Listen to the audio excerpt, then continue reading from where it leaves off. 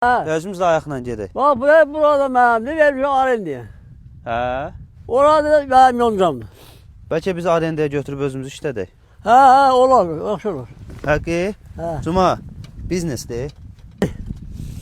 Bəli, nəqliyyat vasitəmiz antikvar nə olsa da hələ də işləh vəziyyətdədir.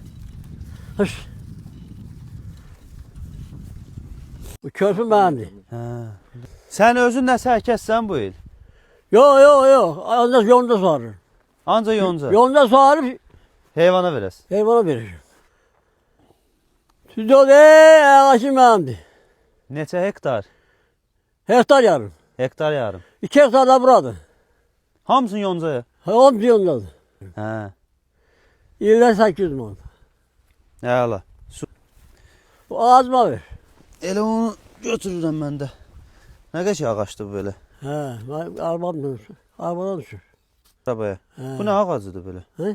Nə ağacıdır? Hə, nə bilim. Akşam yağı ver.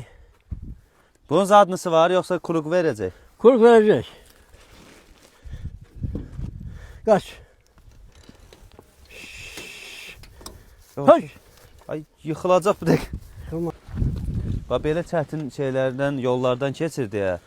Baba bu eşeğe yonca verir. Normalda çər-çöp verirlər eşeğlərə.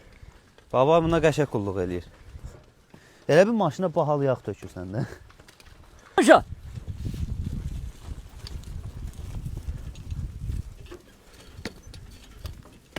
Hış. Eşeğin neçə yaşı var? Ha, 2000 yıldan benden bu. 2000-ci ildən Ha, səndədir. 26 yaşı var eşeğin. Neçə il yaşayır? Buna kulluk eder bey.